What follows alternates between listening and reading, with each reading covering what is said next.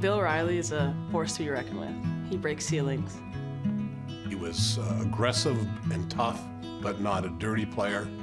Stood up for his teammates at every situation. And a real competitor, just the perfect teammate.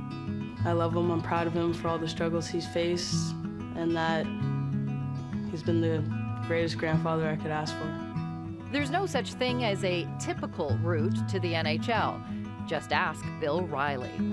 Riley grew up in small-town Nova Scotia. He was always an exceptional hockey player, but couldn't attract interest from the pros. With that door closed, Riley set out to pursue a more practical life. I had 2 daughters and my wife, and we went to Kitimat to make a better life for ourselves. Riley was living thousands of miles from home, training to be a welder and working at the local aluminum plant. But otherwise, you'd find him on the ice. Riley became a star in the now-defunct Pacific Northwest Hockey League. There were teams across northern BC, from Prince George to Prince Rupert. We only practiced twice a week, and we worked, you know. So we do the practice after work, and then we play on the weekends. And I often thought that if I had to just play hockey, I probably could have blown the doors off of any of those scoring records out there. Finally, Riley's talent couldn't be ignored. In the 1973-74 season, his 3rd year in the league, Riley had 118 points in 40 games. That caught the eye of Tom McVie, a minor league coach with the Dayton Gems, farm team for the newly founded Washington Capitals. I had an opportunity to go to the Philadelphia Flyers training camp or the Washington Capitals training camp. And I thought, well, I'm going to go to Washington because it's an expansion club, and I felt I would have had a better chance of making that team. You know, the game of hockey, or any sport, I would think, is 99% mental. You know, you have to be mentally prepared and believe in yourself.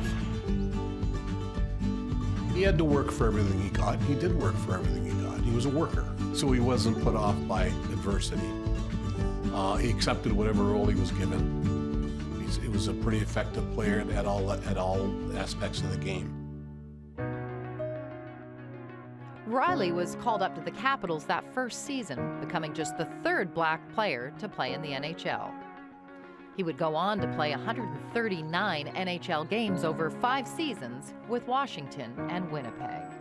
He's relentless. He is so competitive in every area of his life. He doesn't take anything for granted, and he always sees an opportunity for more. He broke a bit of a barrier because he was one of the first black players to actually play as a regular in the NHL. And I would think that now people would look back on Bill Riley and even Mike Marson in the same category as Willie O'Ree. Players who, I'm not going to say broke a color barrier as much as broke a cultural expectation. Riley went on to have a storied career. He won a Calder Cup, became a head coach and GM of the Moncton Wildcats, and has been inducted to the Nova Scotia Sport Hall of Fame. But for all he's done, he's proudest of the person he most inspired, his granddaughter.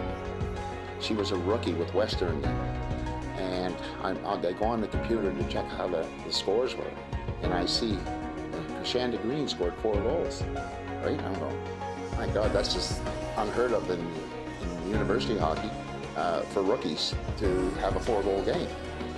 I think that is the #1 driving force for why we're so close. Playing hockey, that was his dream. It was his dream for me to do, following his footsteps. Green is a standout player in her own right. She currently serves as captain of the Ryerson Rams, wearing her grandfather's number 8. As fate would have it, Ryerson plays their home games at Mattamy Athletic Center, formerly Maple Leaf Gardens, a place where Riley skated as a pro. He came back, might have been 2 years or a year and a half ago. He was able to see that I had my face on the wall downstairs, and so when he saw it, he realized, you know, I really did come and work hard and listen to his lessons. And for him to see me on the ice and play in a building that he got to play in, he was just bursting at the seams with pride. When I found out my granddaughter was wearing number 8, I was a proud papa. I guess I would say follow your dreams and eliminate can't from your vocabulary. because that's what I did.